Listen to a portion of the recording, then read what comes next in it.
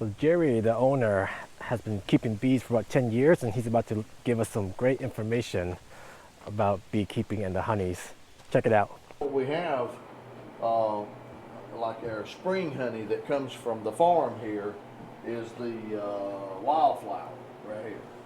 Okay, now the wildflower is a spring honey, and whatever's blooming in the spring, the bees will be feeding on the flowers, and it'll be a mixture.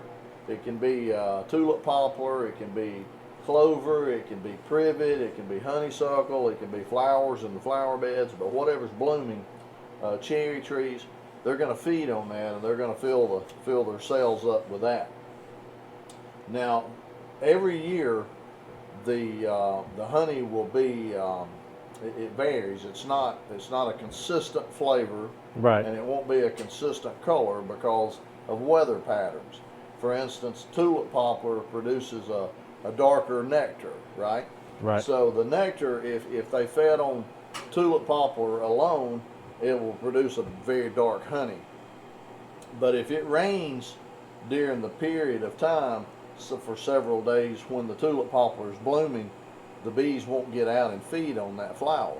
So they won't get that dark nectar into the honey, Right. which means that the honey that they do produce will be a lighter color honey. Okay. Okay, so the spring, this is called a multi-nectar, multi-floral honey, the spring honey, the wildflower. But then whenever you go over and you do blueberry, Ooh.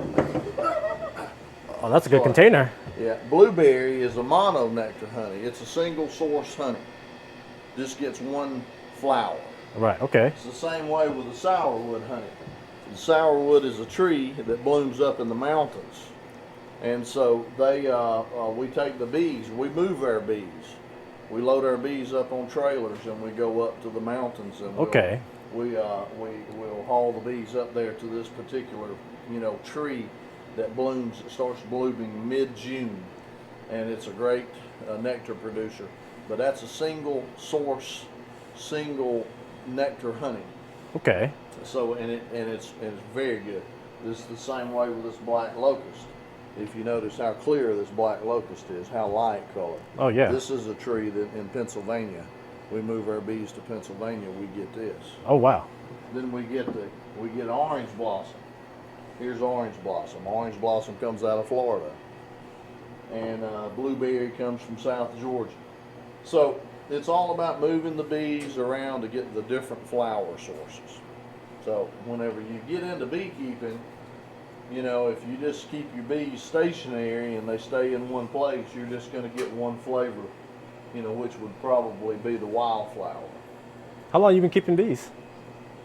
We started keeping bees when we started with the farm. We've been doing it about 10 years. Okay. Yeah. So very experienced then. There is and this is bee pollen, by the way.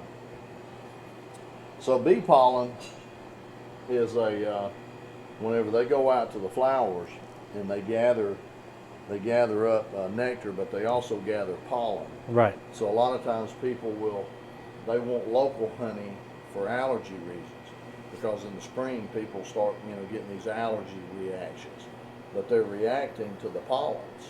So the bee pollen you can take without having to get it out of honey. Oh. And you can just take it straight. You just take a little pinch and you can put it into a tea, or you can put it on a salad, you can put it in a smoothie, but you can get the bee pollen that way without having to eat honey. Some people can't eat honey because maybe they're diabetic or something, but they need allergy relief. So this is just like taking a flu shot. Oh. That's interesting. Whenever you take a flu shot, they put the virus in you. Right. And your body builds the immunity up.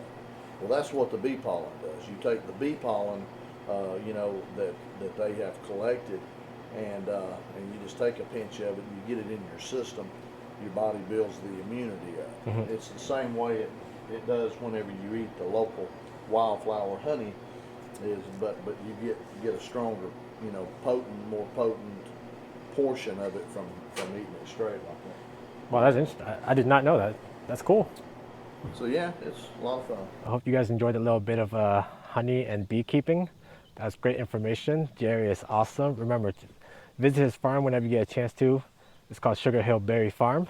Take it easy, guys.